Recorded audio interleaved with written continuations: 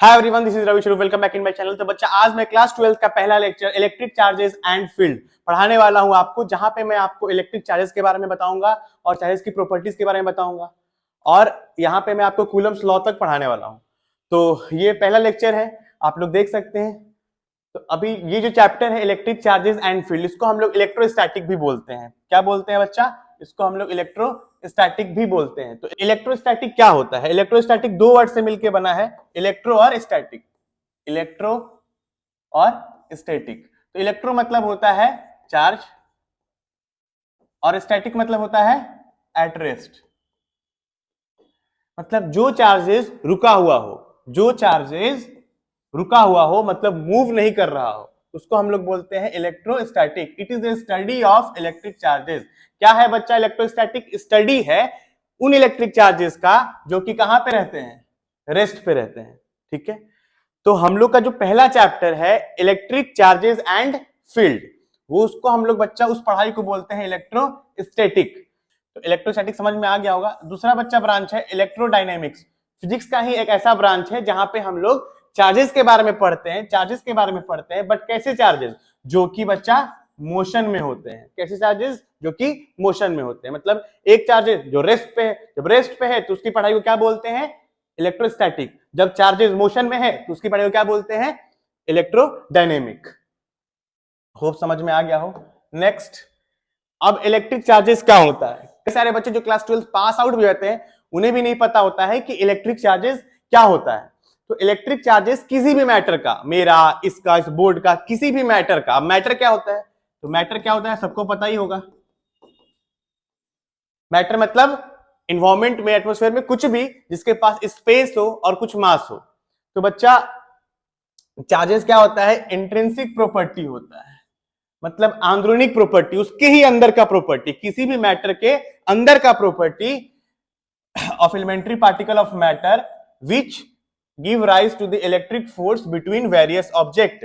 मतलब किसी भी मैटर के अंदर का प्रॉपर्टी जिसके वजह से वो फोर्स लगा रहा हो दूसरे ऑब्जेक्ट पे, उसको क्या बोलते हैं बच्चा? Electric charge. समझ में नहीं आया होगा, कोई बात नहीं, अभी फिर से समझा रहा हूं मैं। मान लेते हैं बच्चा कि हमारे पास ये एक ऑब्जेक्ट है। ठीक है, तो कोई भी ऑब्जेक्ट क्या होता है बच्चा? न्यूट्रल होता है। कोई भी ऑब्जेक्ट न्यूट्रल होता है। इसमें पॉजिटिव चार्ज भी है और निगेटिव चार्ज भी है। हम लोग क्या करेंगे बच्चा? इसके अंदर का जो निगेटिव चार्ज है, इसके अंदर का जो निगेटिव चार्ज दिख रहा है उसको हम लोग बाहर निकाल देंगे। इसके अंदर का जो निगेटिव चार्ज है उसको बाहर निकाल देंगे। मतलब हम एक इंसान है, एक इंसान में अच्छाई भी है और बुराई भी है। अगर हम लोग अपनी बुराई को निकाल दें तो हम कैसे इंसान बन जाएंगे? हम अच्छे इंसान बन जाएंगे। तो यही एक मैटर है ये। ठीक है, जैसे ये पेन भी हो सकता है, ये हम भी हो सकते हैं, बोर्ड भी हो सकता है। इस मैटर में पॉजिटिव चार्ज भी है और नेगेटिव चार्ज भी है। इसके अंदर का नेगेटिव चार्ज अगर निकाल देते हैं तो ये ऑब्जेक्ट कैसा हो जाएगा? सिर्फ और सिर्फ इसमें क्या बचेगा बच्चा? Positive charge. अच्छा इंसान मतलब राम भगवान। ठीक है, तो अब पॉजिटिव बचा। कैसे हुआ? क्योंकि इसमें इलेक्ट्रॉन की कमी आ गई। इलेक्ट्रॉन तो बाहर निकाल दिए। ठीक है, तो इलेक्ट्रॉन बाहर निकाल दिए तो इलेक्ट्रॉन की कमी आ गई, तो उसको बोलते हैं deficiency of electron. Deficiency of electron की वजह से जो चार्ज बनता है वो क्या बनता है बच्चा? Positive charge.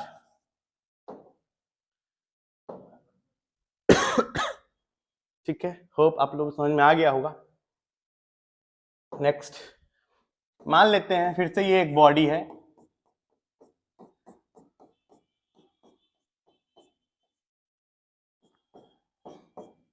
बच्चा आपको दिख रहा होगा इस पे पॉजिटिव चार्ज भी है और नेगेटिव चार्ज भी है। ठीक है, दिख रहा है ना ये नेगेटिव चार्जेस। क्योंकि न्यूट्रल बॉडी में जितना पॉजिटिव चार्ज होता है उतना ही नेगेटिव होता है। ठीक, अगर हम लोग मार्केट में हम लोग को नेगेटिव चार्ज दिखाई दे रहा है और मार्केट का नेगेटिव चार्ज मतलब बाहर का नेगेटिव चार्ज अगर हम लोग इसके अंदर डाल रहे हैं तो मतलब इसमें इलेक्ट्रॉन क्या हो गया? भरा हो गया, एकदम भर भर के इलेक्ट्रॉन दे दिए। तो एक्सेसनेस ऑफ इलेक्ट्रॉन, एक्सेसनेस ऑफ इलेक्ट्रॉन। तो जब इलेक्ट्रॉन पूरा भरा भरा हो गया तो ये कैसा बन जाएगा? पूरा का पूरा इसका पॉजिटिव चार्ज नेग्लिजिबल हो जाएगा, क्योंकि पूरा का पूरा निगेटिव ही दिखाई देगा। एक इंसान है जिसके अंदर अच्छाई भी है और बुराई भी है। हम लोग उसके अच्छाई को इग्नोर करके बाहर का बुराई उसके अंदर पूरा डाल दिए तो कैसा बन जाएगा? रावण। कैसा बन जाएगा? रावण मतलब बुरा, ठीक है, बुरा मतलब निगेटिव चार्ज। तो अगर ये पॉजिटिव चार्ज, यहां मैंने आपको दिखाया था पॉजिटिव चार्ज, ठीक है, जो डेफिशिएंसी ऑफ इलेक्ट्रॉन से बना था, ये है बच्चा नेगेटिव चार्ज जो कि एक्सेसनेस ऑफ इलेक्ट्रॉन से बना है। तो ये चार्ज डेवलप कैसे हो रहा है, और ये चार्ज किसका प्रॉपर्टी है? तो चार्ज इसी मैटर के अंदर का प्रॉपर्टी है, इंट्रिंसिक प्रॉपर्टी है, विच एराइजेज ड्यू टू डेफिशिएंसी और एक्सेसनेस ऑफ इलेक्ट्रॉन। कब एराइज होता है? जब डेफिशिएंसी हो जाता है या एक्सेसनेस हो जाता है इलेक्ट्रॉन का, तब चार्ज एराइज हो जाता है, बन जाता है। और वो क्या करता है? वो दूसरे बॉडी पे फोर्स लगाता है। यही बात यहां लिखा हुआ है बच्चा, which give rise to electric force, ठीक है। जब चार्ज किसी बॉडी पे आ जाएगा तो वो दूसरे बॉडी को क्या करेगा? अट्रैक्ट करेगा या रिपेल करेगा बिटवीन वेरियस ऑब्जेक्ट्स, ठीक है। होप समझ में आ गया होगा। इलेक्ट्रिक चार्जेस का एसआई यूनिट क्या होता है? इलेक्ट्रिक चार्जेस का एसआई यूनिट क्या होता है? Coulomb. Very good. Electric charges का एसआई यूनिट होता है कूलम, जिसको हम लोग सी से डिनोट करते हैं। चार्ज ऑन इलेक्ट्रॉन, एक इलेक्ट्रॉन पे कितना चार्ज होता है कोमल बताइए?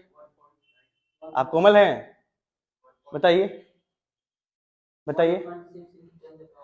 -1.6 इंटू 10 की पावर -19 कूलम।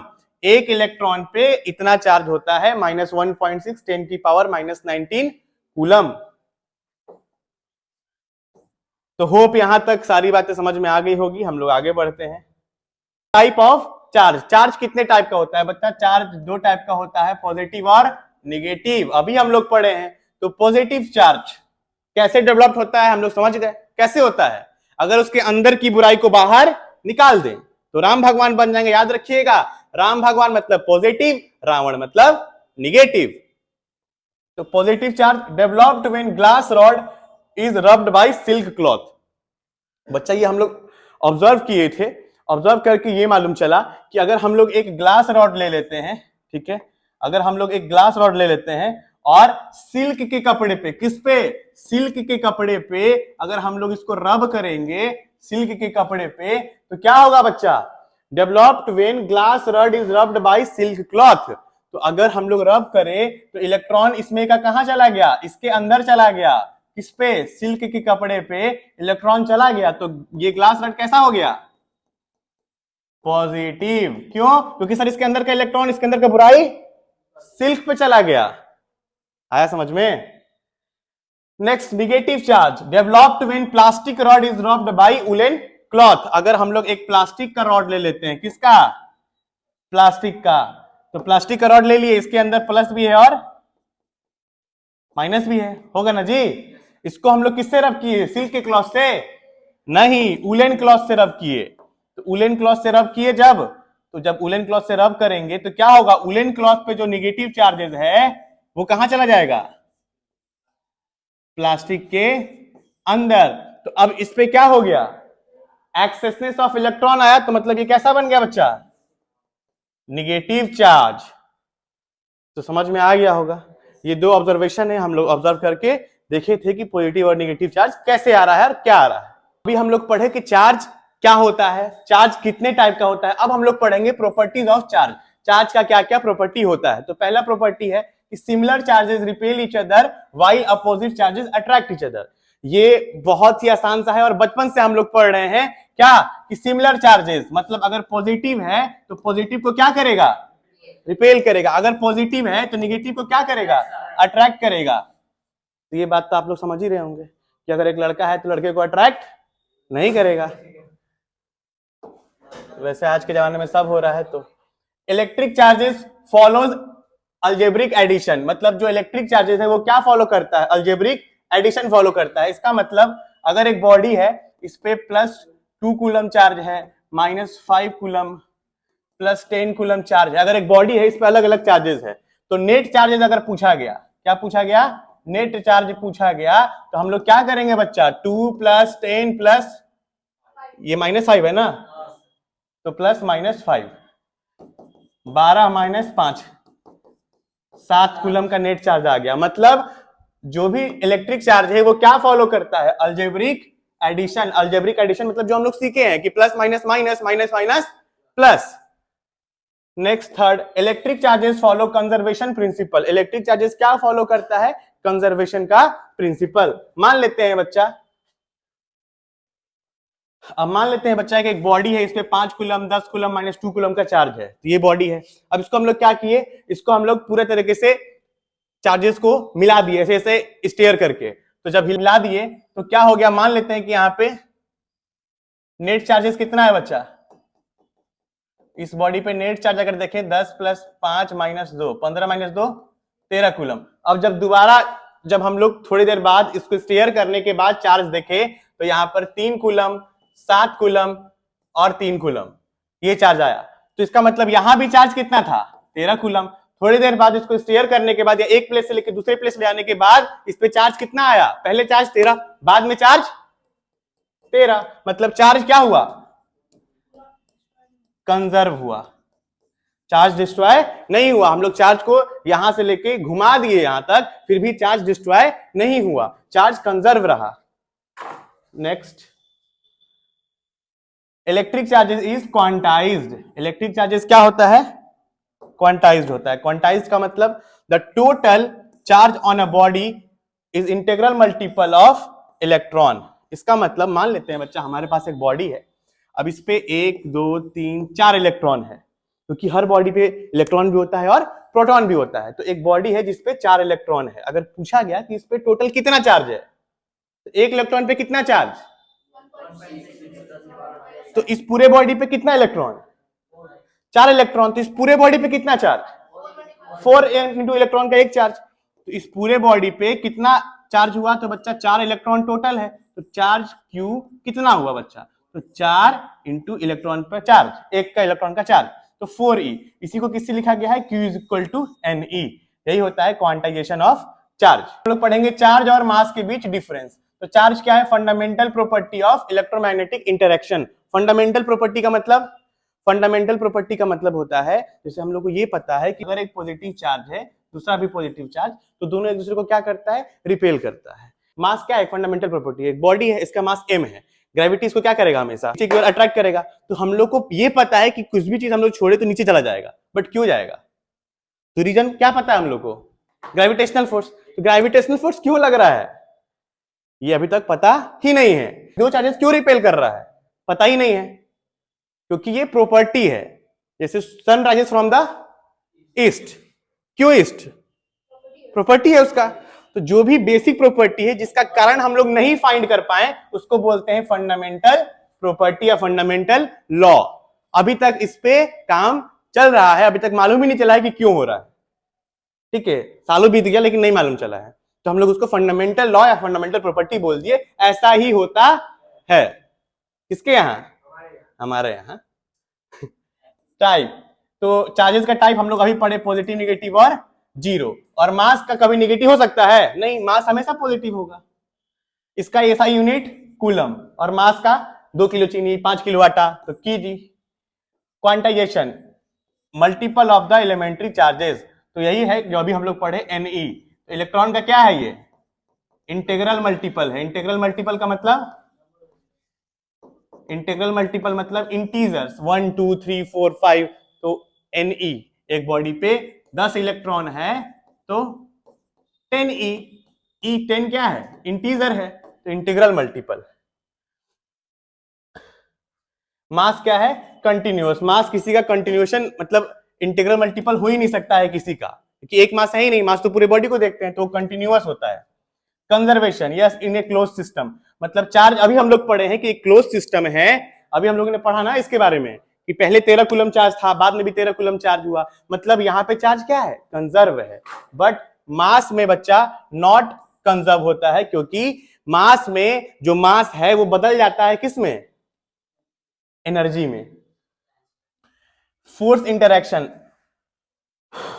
चार्ज जो है वो अट्रैक्टिव भी हो सकता है और रिपल्सिव भी हो सकता है। हम लोग कई बार पढ़ चुके हैं कि same charges repel each other unlike attract each other, but mass बस अट्रैक्टिव होता है ग्रेविटेशनल फोर्स के रिस्पेक्ट में। हमेशा ग्रेविटेशनल फोर्स m को क्या करेगा, अपनी ओर अट्रैक्ट करेगा। जो चार्ज होता है बच्चा स्पीड के साथ चेंज नहीं होता है, मतलब क्योंकि अभी मैं इसको अगर मूव करा रहा था तो क्या चेंज हो रहा था, क्या 13 पहले था 13 बाद में भी था, चेंज नहीं होता है। Method of charging. तो चार्जिंग हम लोग कितने तरीके से कर सकते हैं? तो चार्जिंग 3 तरीके से कर सकते हैं। पहला चार्जिंग बाय फ्रिक्शन, जिसको हम लोग रब करके चार्ज ट्रांसफर करा सकते हैं। दूसरा चार्जिंग बाय कंडक्शन, तीसरा चार्जिंग बाय इंडक्शन। तो बच्चा इंडक्शन में दो बॉडी कांटेक्ट में ही नहीं आता है, बिना कांटेक्ट में चार्ज का ट्रांसफर कैसे होगा बताता हूं। कंडक्शन, जिसमें हम लोग कांटेक्ट मिला के ट्रांसफर कराते हैं और इसको रब करा के। तो देखते हैं बच्चा, पहला हमारा चार्जिंग बाय कंडक्शन। मान लेते हैं कि एक बॉडी है, मेटल का बॉडी है, इस पे पॉजिटिव चार्ज भी है और निगेटिव चार्ज भी है। अगर हम लोग एक चार्ज रॉड क्या लेके आए बच्चा, एक चार्ज रॉड लेके आए, तो लेके आए बस दूर से नहीं, इसमें हम लोग टच करा देंगे। क्या करेंगे, इसमें इसको टच करा देंगे। जैसे ही टच कराए तो कि ये कांटेक्ट में आने के बाद ट्रांसफर होता है, तो इसे हम लोग टच कराए तो ये प्लस है, तो सारा माइनस कहां चला जाएगा, इसकी ओर, क्योंकि ये माइनस को क्या करेगा, अपनी ओर अट्रैक्ट करेगा। फिर ये रॉड कैसा बचेगा, सिर्फ और सिर्फ पॉजिटिव बचेगा। तो ये पॉजिटिव बचा, तो ये चार्ज हो गया बच्चा। Next charging by induction without contact, इसमें टच कराने की जरूरत नहीं है, विदाउट टच लिख देता हूं मैं। तो जैसे मान लेते हैं कि एक मेटल है, इस मेटल पे पॉजिटिव चार्ज भी है और नेगेटिव चार्ज भी है, न्यूट्रल है। हम लोग एक चार्ज रॉड लेके आए, तो अगर जैसे ही नेगेटिव चार्ज रॉड लेके आए, सारा पॉजिटिव किधर अट्रैक्ट हो गया, रॉड की तरफ, क्योंकि opposite charges attract each other. तो ये नेगेटिव है, तो इस पे पॉजिटिव क्या हो गया, इधर आ गया, और नेगेटिव इधर रह गया, तो सारा पॉजिटिव नेगेटिव के पास चला गया। अब यहाँ जो नेगेटिव चार्जेस है, उसको हम लोग अर्थिंग करा के बाहर निकाल लिए। जो नेगेटिव चार्जेस है उसको अर्थिंग करा के बाहर निकाल लिए, तो इसमें क्या बचा, सिर्फ पॉजिटिव। फिर से समझिएगा कि एक मेटल सरफेस है, इस पे पॉजिटिव और नेगेटिव चार्ज दोनों है। हम लोग एक चार्ज रॉड लेके आए, सटाए नहीं, इस बार दूरी रखे थे, तो माइनस वाला है तो प्लस वाले को अपनी ओर खींच रहा है, ये अट्रैक्ट कर रहा है, अट्रैक्ट हो गया, सारा प्लस यहां आ गया और माइनस इधर आ गया सारा। अब इस माइनस को हम लोग अर्थिंग करके बाहर निकाल दिए, सिर्फ और सिर्फ पॉजिटिव चार्ज बता, ये भी चार्ज हो गया।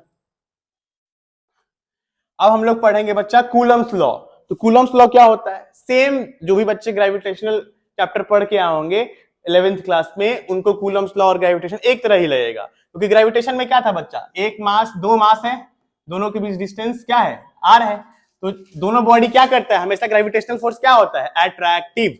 तो force is directly proportional to दोनों का मास का प्रोडक्ट m1 m2, और force is inversely proportional to दोनों की दूरी का स्क्वायर। तो इन दोनों को मिला दिए तो क्या बना, m1 m2 by are square. जब ये प्रोपोर्शनल हटाए तो एक कांस्टेंट टर्म क्या आ गया, g, m1 m2 upon R square. ये हम लोग क्लास 11th में पढ़े थे, सेम वैसा ही ये है। इस वक्त mm नहीं है, क्या है, चार्ज है, दो चार्ज है बच्चा। कूलम्स लॉ क्या बोलता है, अगर दो चार्ज है Q1 और Q2, दोनों के बीच कोई दूरी है r, तो ये दोनों आपस में क्या कर सकता है, अट्रैक्ट भी कर सकता है और रिपेल भी। नहीं पता हम लोग को, क्योंकि उसको उसका नेचर बताएगा। अगर दोनों प्लस है तो क्या करेगा, अगर एक प्लस एक माइनस, अट्रैक्ट। ये पता है कि दोनों के बीच फोर्स लगने वाला है, अट्रैक्टिव या रिपल्सिव नहीं पता, बट यहां पता था, यहां क्या था, फोर्स हमेशा हमेशा अट्रैक्टिव ही है, क्योंकि ग्रेविटेशनल फोर्स कभी रिपल्सिव हो ही नहीं सकता। अब ये दोनों फोर्स, जब ये दोनों के बीच फोर्स लगेगा, वो क्या इसके डायरेक्टली प्रोपोर्शनल होगा, Q1 और Q2 के। अब कई सारे बच्चे बोलेंगे सर डायरेक्टली प्रोपोर्शनल मतलब ही समझ में नहीं आता है, बताओ अभी क्या होता है डायरेक्टली प्रोपोर्शनल, जल्दी बताओ। अगर फोर्स को हम लोग इंक्रीज करेंगे तो ऑटोमेटिकली चार्ज भी इंक्रीज करेगा, चार्ज नहीं कुछ भी हो।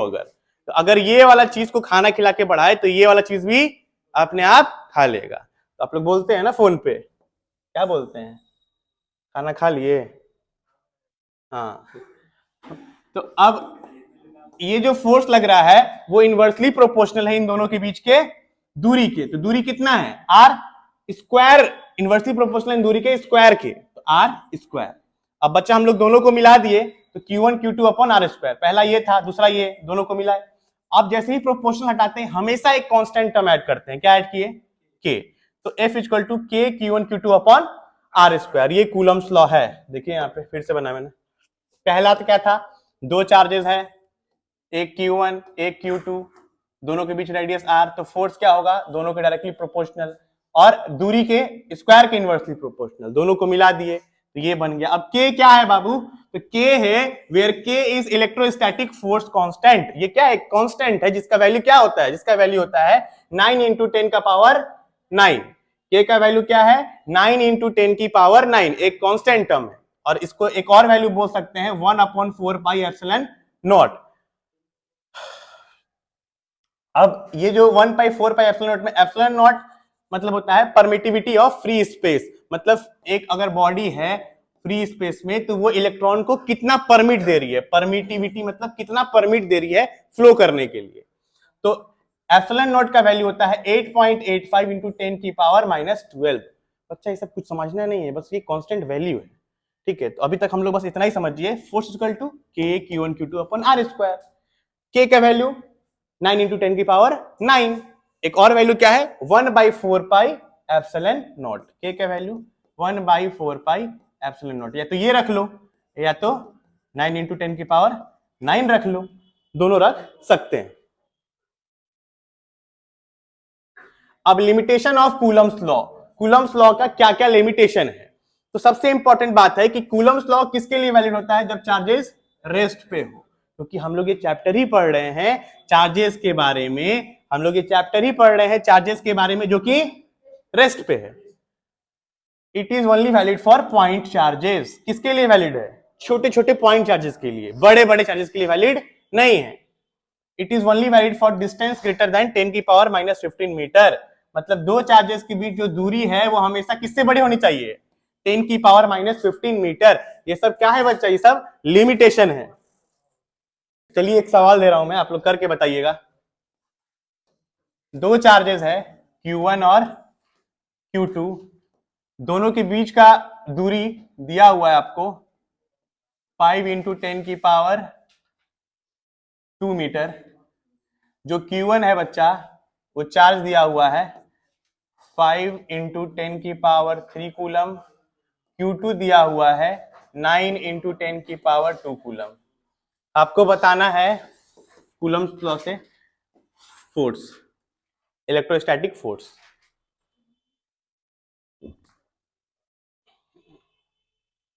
वीडियो अच्छा लगा हो तो वीडियो अपने दोस्तों में जरूर शेयर कर दीजिएगा। मिलते हैं अगले वीडियो में, तब तक के लिए bye bye, take care, see you.